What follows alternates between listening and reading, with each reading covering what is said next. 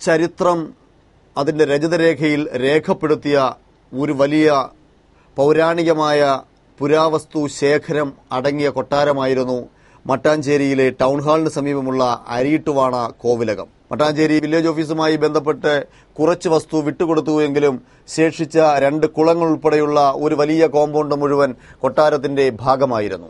ഒരു വലിയ വൻമരം 1 മാസം മുമ്പ് കടപുഴകി വീണ് കൊട്ടാരത്തിന്റെ ഒരു ഭാഗം പൂർണ്ണമായും തകർന്ന വാർത്ത കൊച്ചി വിഷൻ റിപ്പോർട്ട് ചെയ്തിരുന്നു.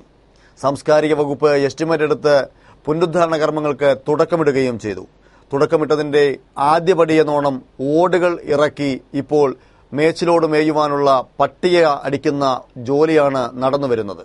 പണിക്കാരോടും സൂക്ഷിപ്പുകാരോടും ഞങ്ങൾ വെറുതെ അകത്തെന്തൊക്കെയുണ്ട് എന്ന് ചോദിച്ചപ്പോൾ അകത്തൊന്നുമില്ല, കാലിയാണ് എന്ന മറുപടിയാണ് ഞങ്ങൾക്ക് ലഭിച്ചത്.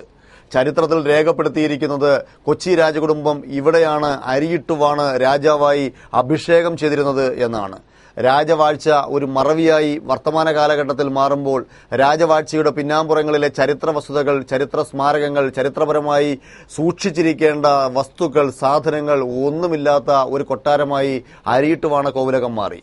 രേഖകൾ പ്രകാരം ഇവിടെ അരിയിട്ടുവാണ പീഠം ഉൾപ്പെടെയുള്ള നിരവധി പുരാവസ്തുക്കൾ ഉണ്ട് എന്നാണ് കണക്ക് എന്നാണ് അറിയുന്നത്. എന്നാൽ ഇപ്പോൾ അകത്തൊന്നുമില്ല എന്നും പണിക്കാരുൾപ്പെടെയുള്ളവർ സാക്ഷ്യപ്പെടുത്തുന്നു. അകത്ത് കയറി പരിശോധിക്കുവാൻ, തുറന്നു കാണിക്കുവാൻ ആരുമില്ലാത്തതിനാൽ സാധിച്ചുമില്ല. എങ്കിലും ഗുരുതരമായ ഒരു സ്ഥിതിവിശേഷത്തിലേക്കാണ് ഈ സംഭവം വിരൽ ചൂണ്ടുന്നത്. ചരിത്രത്തിന്റെ പുരാരേഖകൾ ഉണ്ടായിരുന്നു എന്ന് ഇന്നലെ വരെ നാം മനസ്സിലാക്കിയിരുന്ന കൊട്ടാരത്തിൽ ഒന്നുമില്ല എന്നത് ഒരു പുതിയ അറിവാണ്.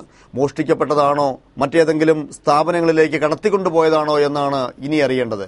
ഇതുമായി ബന്ധപ്പെട്ട് പോലീസിന്റെ ഭാഗത്തു നിന്നും അന്വേഷണം ഉണ്ടാകും എന്നാണ് ഒരു വിഭാഗം പാരമ്പര്യവാദികളുടെ ഇപ്പോഴത്തെ ആഗ്രഹം.